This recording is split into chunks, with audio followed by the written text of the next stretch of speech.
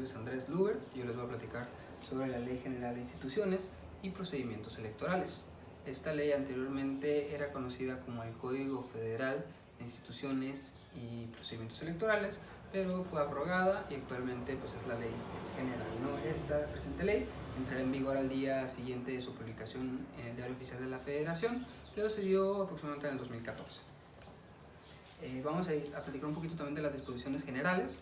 En el artículo 1 se menciona que pues, las disposiciones de este código, de esta ley, de orden público y de observancia general en el territorio nacional y para los ciudadanos mexicanos que ejerzan su derecho al sufragio en el territorio mexicano o ya sea en el extranjero, ¿no? Más que nada la ley trata, que es una ley bastante extensa, ¿no? Pero trata sobre el derecho a votar y de qué manera van a ser las votaciones, ¿no? De qué manera se van a organizar, quiénes están a cargo, habla un poquito de las funciones del INE y yo lo voy a enfocar también a su relación con los medios de comunicación, ¿no? En el artículo segundo platica un poquito, ¿no? Los derechos y obligaciones político-electorales de los ciudadanos, la función estatal de organizar las elecciones, ya sea el Poder Legislativo y Ejecutivo de la Unión, las reglas comunes a los procesos y la integración de los organismos electorales.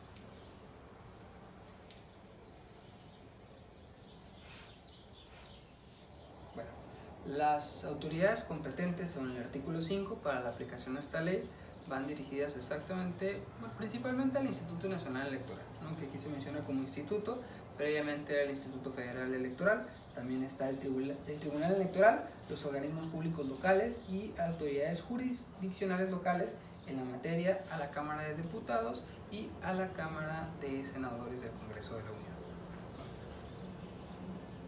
Referente al voto, según el artículo 7, el voto es un derecho y una obligación para los mexicanos, ¿no?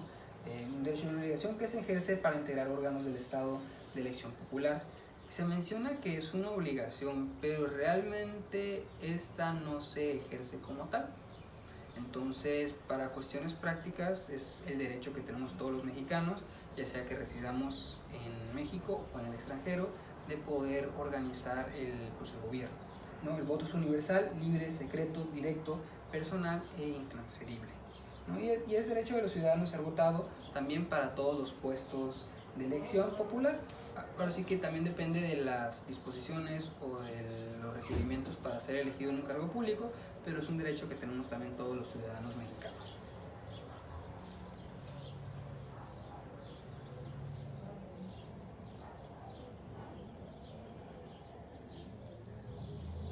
También en el artículo 8 se menciona que es obligación de los ciudadanos integrar las mesas directivas de casilla en los términos de esta ley. Entonces también es función y es una obligación de los ciudadanos formar, pues ahora sí que todas las funciones de casilla que se requieran para las votaciones.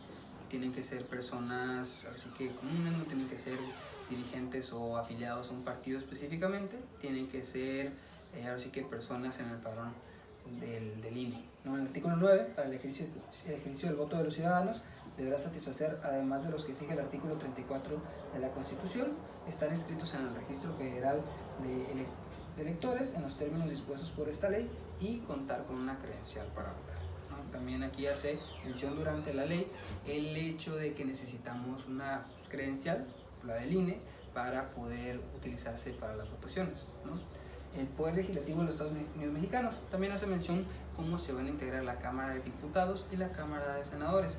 Los diputados se integran por 300 diputados electos en las distintas zonas del país y 200 diputados que serán electos en el principio de representación plurinominal.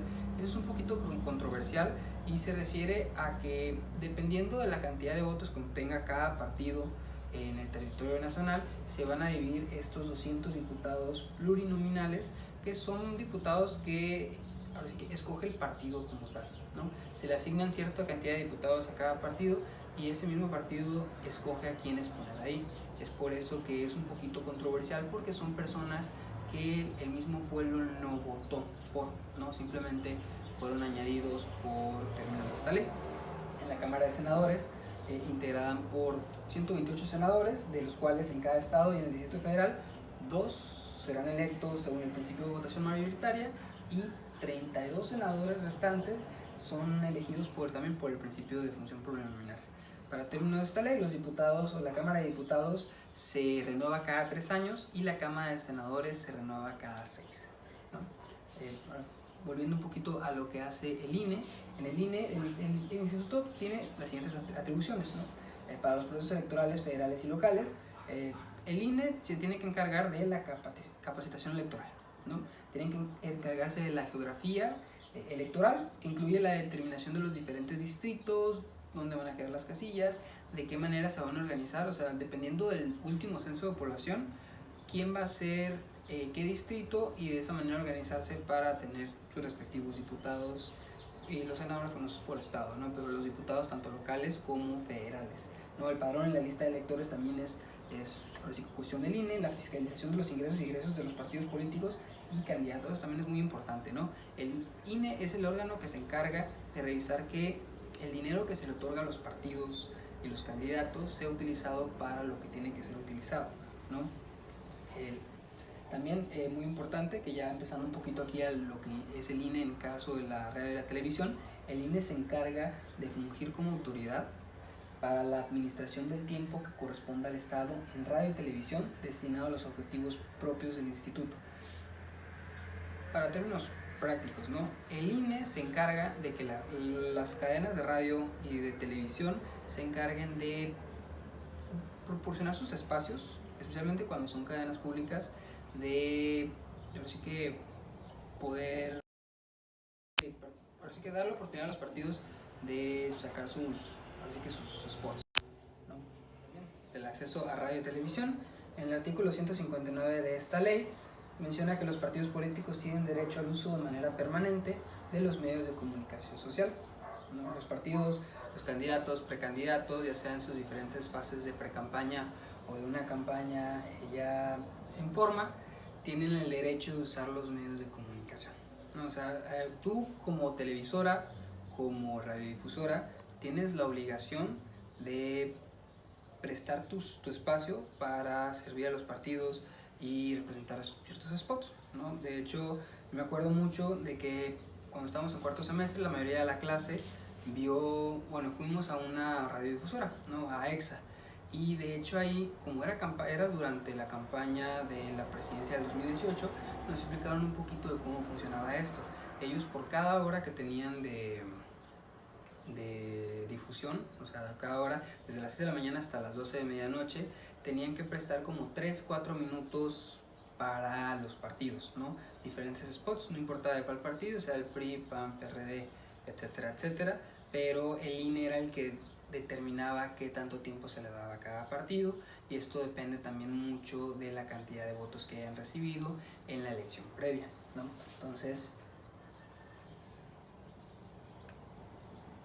los partidos políticos, precandidatos y candidatos a cargo de elección popular en ningún momento podrán contratar o adquirir por sí o por terceras personas tiempos de cualquier modalidad de radio y televisión. Esto es muy importante, ¿no? Porque lo que hace mención aquí es que tú como partido político, candidato, precandidato o también como persona aparte no puedes pagar para crear spots fuera de lo que determina el INE. Entonces sería ilegal para mí crear un espacio, vamos a decir que Juan Pérez es amigo mío, yo tengo una televisora, y hacer un comercial para tratar de disuadir o de convencer a los votantes de votar o no votar por él es totalmente ilegal, y esto conlleva a distintas sanciones que se van a mencionar después, ¿no? Ninguna persona física o moral puede contratar propaganda en radio y televisión dirigida a influir, pues es lo que les mencionaba, ¿no? De los tiempos que mencionaba anteriormente de la radiodifusora a la que visitamos, la mayoría del grupo, en el artículo 165 se hace mención que dentro de los procesos electorales federales, a partir del inicio de precampañas hasta ya la jornada electoral, cada radiodifusora o televisora tiene que proporcionar 48 minutos en cada estación de radio y canal de televisión, ¿no? Los transmisores de mensajes en cada estación de radio y canal se distribuirán dentro del horario de programación, comprendido entre las 6 de la mañana hasta las 24 horas, que son las 12 a medianoche, ¿no? En caso de que la programación, ya sea del canal o de la radiodifusora, sea un tiempo menor, va a ser directamente proporcional al tiempo que ellos tengan al aire, ¿no? Entonces no pueden ser 48 minutos, si tienen menos tiempo entonces se va a ir disminuyendo dependiendo de qué tanto tiempo se utilice, ¿no? El proceso electoral también, la ley, como les platico, es una ley muy extensa, estoy haciendo lo mejor que puedo para resumirla en términos de poder entender las funciones básicas de esta ley. También habla mucho del proceso electoral, ¿no? ¿Qué se entiende por proceso electoral, ¿no? Es el conjunto de actos coordenados por la Constitución y esta ley, realizados por las autoridades electorales, los partidos políticos, así como los ciudadanos, ¿no? Que tiene por objeto la renovación periódica de los integrantes del poder legislativo y ejecutivo, ¿no? La idea es que constantemente se vaya así que regenerando, se vaya haciendo la Cámara de Diputados, la Cámara de Senadores y también en cargos ejecutivos como el presidente de la República, gobernadores y presidentes municipales, ¿no? Regidores, etcétera, etcétera, ¿no? Para los efectos de esta ley, el proceso electoral ordinario comprende las etapas siguientes: preparación de la elección, jornada electoral, resultados y declaraciones de validez de las elecciones y dictamen y declaraciones de validez de la elección, ¿no? Algo que también hace falta aquí es un poquito, que creo que faltó en lo que es la radio y la televisión, es que previamente en el Código Federal de Instituciones y Procesos Electorales estaba prohibido hacer sondeos y encuestas que no estuvieran específicamente alineados o reportados hacia el INE o a distintos organismos dentro del código, ¿no? Esto se declaró anticonstitucional y actualmente es un poquito más libre el uso de los sondeos o de las encuestas que se hacen y se comparten vía imprenta, radio o televisión, ¿no? Pero volviendo a lo que yo estaba platicando, aquí en el artículo 209, durante el tiempo que comprendan las campañas electorales, federales y locales, hasta la conclusión de las jornadas comiciales, deberá suspenderse la difusión en los medios de comunicación de toda propaganda gubernamental. Entonces, esos anuncios que vemos en la televisión, en la radio, del gobierno federal, de que se abrió una nueva carretera Ensenada de Sausal, ¿no? O que se abrió un nuevo centro de rehabilitación y esas cosas que son directamente del gobierno, está prohibido compartirlas a menos que sea urgente, como cosas de protección civil, como ahorita lo del coronavirus. Aunque si fuera así que época electoral, de todas formas se tienen que compartir estas cosas, pero hacer ciertos spots, como les digo, se abre una nueva carretera para tratar de quedar bien con los votantes del partido que actualmente está en el poder, y sí queda automáticamente prohibido, ¿no? Y toda la propaganda electoral impresa deberá ser reciclable, fabricada con materiales biodegradables que no contengan sustancias tóxicas o nocivas para la salud. Pero también es un nuevo agregado que se utilizó para esta ley. Realmente en el Código Federal se mencionaba un poquito de que la propaganda de imprenta se tenía que hacer con materiales sustentables, ¿no? Pero ahora sí va un poquito más allá, y la propaganda electoral en términos de imprenta sí tiene que ser totalmente reciclable con materiales biodegradables, ¿no? 18. El Consejo General organizará 2 debates obligatorios entre todos los candidatos a la presidencia de la República, ¿no? Como así que está bastante fresco en nuestra memoria, fueron 2 debates. En el primero sí participó Margarita Zavala, en el segundo participaron únicamente José Antonio Meade, Andrés Manuel López Obrador, Ricardo Anaya y el Bronco, ¿no? Jaime Rodríguez el Bronco. En este caso, los debates obligatorios de los candidatos a cargo del presidente de los Estados Unidos mexicanos serán transmitidos por las estaciones de radio y televisión de las concesionarias de uso público. Eso sí es obligatorio, ¿no? Cualquier concesionaria de uso público, televisoras abiertas, ya sea Televisa, TV Azteca, tienen que transmitir a fuerzas el canal. En caso de los concesionarios de uso comercial, deben transmitir dichos debates en por lo menos una de sus señales radiodifundidas cuando tengan cobertura de 50% o más del territorio nacional. Yo, cometí un error, ¿no? Realmente estas sí son de carácter comercial, no son de carácter público. En público se refiere a otros canales, realmente los canales que son propiedad del mismo gobierno, pero a lo que voy es que como son cadenas muy grandes también tienen la obligación de transmitir los debates, ¿no? Gastos de propaganda, también esta parte de la ley es muy importante tanto para los partidos, los candidatos y para los medios de comunicación, ¿no? Los gastos de propaganda en diarios, revistas y otros medios comprenden los realizados en cualquiera de estos medios, tales como inserciones pagadas, anuncios publicitarios y sus similares tendencias a la obtención del voto, ¿no? En caso de la producción de los mensajes para radio y televisión, comprenden los realizados para el pago de servicios profesionales, uso de equipo técnico, locaciones o estudios de grabación y producción, así como los demás inherentes al mismo objetivo, ¿no? Todos los gastos que hagan los partidos tienen que ser, tanto el partido y el candidato como la empresa que lo va a realizar tienen que ser propiamente identificados con toda claridad que se trata de propaganda pagada, ¿no? Entonces aquí es cuando entra un poquito lo controversial de ciertos partidos con ciertas televisoras que no voy a mencionar. A lo que voy es que es muy famoso, bien sabido, que existen ciertos, no voy a decir contratos, pero existen ciertos pactos, así que de ciertos candidatos con ciertos medios de comunicación para mejorar la imagen del candidato, ¿no? Entonces esto a cierto punto es ilegal, ¿no? Como mencionaba anteriormente, la cantidad de tiempo que se dedica un partido al otro o las tendencias que sean, se supone que tiene que ser totalmente imparcial, pero pues bien pueden ser, como digo, así que pagarse el partido, pagarle a una televisora, pagar una radiodifusora para crear contenido que pueda ayudarles a una obtención del voto más grande. La duración de las campañas electorales para presidentes de los Estados Unidos mexicanos, senadores, diputados, en el año que corresponda, tendrán una duración de 90 días. En cambio, la jornada electoral durante los 3 días anteriores no se permitirá la celebración ni la difusión de reuniones o actos públicos de campaña, propaganda o proselitismo electorales. Entonces, con 3 días antes de las elecciones queda prohibido toda propaganda, toda reuniones, mítines, actos públicos de campaña antes de las elecciones. Amonestaciones, ¿no? Entonces aquí es cuando entra ya parte de los que les platicaba.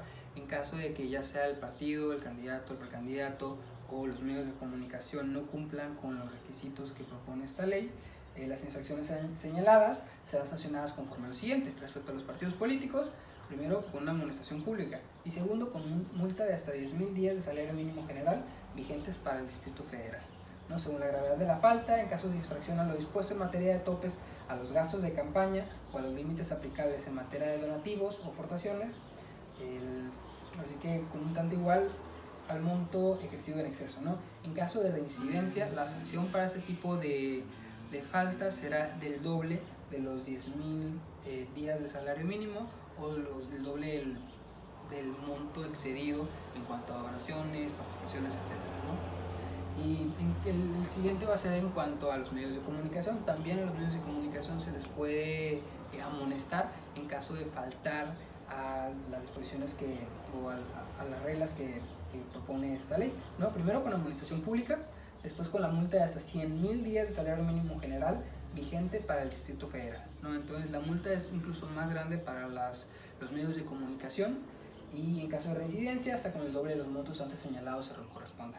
Y en tercera, cuando no transmitan conforme a las pautas aprobadas por el instituto los mensajes que se refiere a este capítulo, además de la multa que en su caso se imponga, deberá subsanar de inmediato la omisión utilizando para tal efecto el tiempo comercializable para fines propios que la ley les autoriza, ¿no? Entonces, vuelvo un poquito, cuando estábamos en EXA, cuando tuvimos esa plática, nos mencionaban también que a ellos los multaban, los regañaban y tenían que reponer ese tiempo a los candidatos o a los partidos que no habían obtenido su tiempo correspondiente al del día, ¿no? Entonces, en ese tipo de sanciones se dan ya sea por quejas, ahora sí que alguien llama al INE y les dice, ahora sí que les comenta que no se están siguiendo los parámetros acordados, y ahí es cuando entran este tipo de amonestaciones, ¿no? Entonces es muy importante que los medios de comunicación y nosotros comunicólogos conozcamos este tipo de leyes para saber nuestras obligaciones como medios de comunicación, pero también saber nuestros derechos y las posibles amonestaciones y sanciones que podamos tener. Entonces, realmente todo esto me lo he estado basando en la misma ley, que es la Ley General de Instituciones y Procedimientos Electorales, ¿no? También creo que me falta aquí y la voy a poner posteriormente, sería la referencia de la ley previa, ¿no? Que también me basé un poquito en esa, que es el Código Federal de Instituciones y Procedimientos Electorales. Entonces, por mí sería todo en este caso. les invito a pues, leer la presentación, también viene pues, así que más tranquilo, pueden leer. Es una ley muy extensa, como les comento, es bastante larga, así que lo que tenemos aquí es un resumen, no es que lo que yo consideré a mi criterio partes importantes de esta ley, pero estoy seguro que tuve bastantes omisiones y que en los comentarios también pueden así que hacer varias aportaciones añadiendo a lo que ya les comenté aquí, ¿no? Cualquier cosa, mi correo está abierto. Muchas gracias.